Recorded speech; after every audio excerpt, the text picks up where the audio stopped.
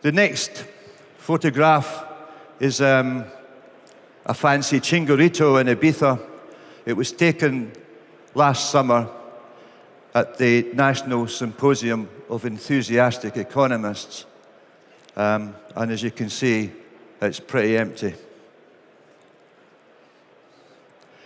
Carl Richards in America actually shows this very simple graph. We have it in our client rooms. It actually basically tells you what not to do, because what happens is people get sucked into a market or a sector at the top, and then it falls, and when it hits the valley of fear, they sell. And the graph sums it all up. Just keep doing that, and you'll be broke.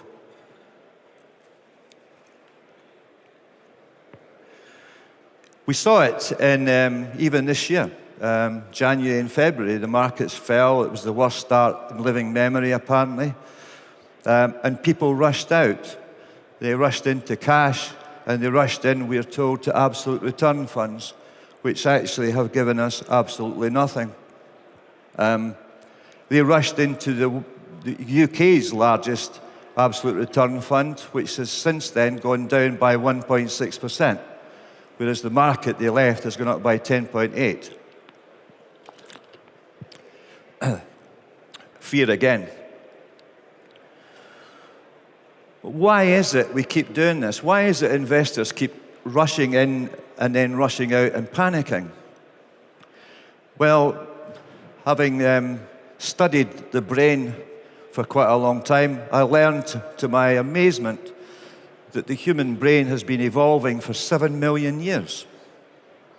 7 million years. And apparently, in the last 2 million years, it's trebled in size.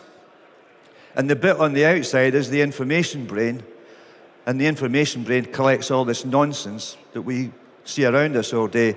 But right at the very core of the brain is the old reptilian brain, and it's the brain that makes us make buying decisions, makes us attractive to the wrong people, and so on. And it's the brain, that part of the brain that includes the panic button. And isn't it remarkable that the amygdala, which causes all the trouble, is red?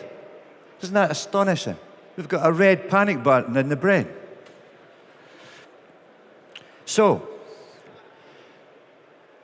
and if you think about it, in the old days, in the savannah lands with saber-toothed tigers running around and all sorts of horrible nasties that could kill you, it was important to have a panic button because it's connected to the optical nerve or to hearing. And so as soon as you thought you saw a tiger running along, as soon as you thought you heard something like that, basically you ran. The people who didn't run, who said, wait a minute, chaps, it might not be a saber-toothed tiger, they ended up as lunch.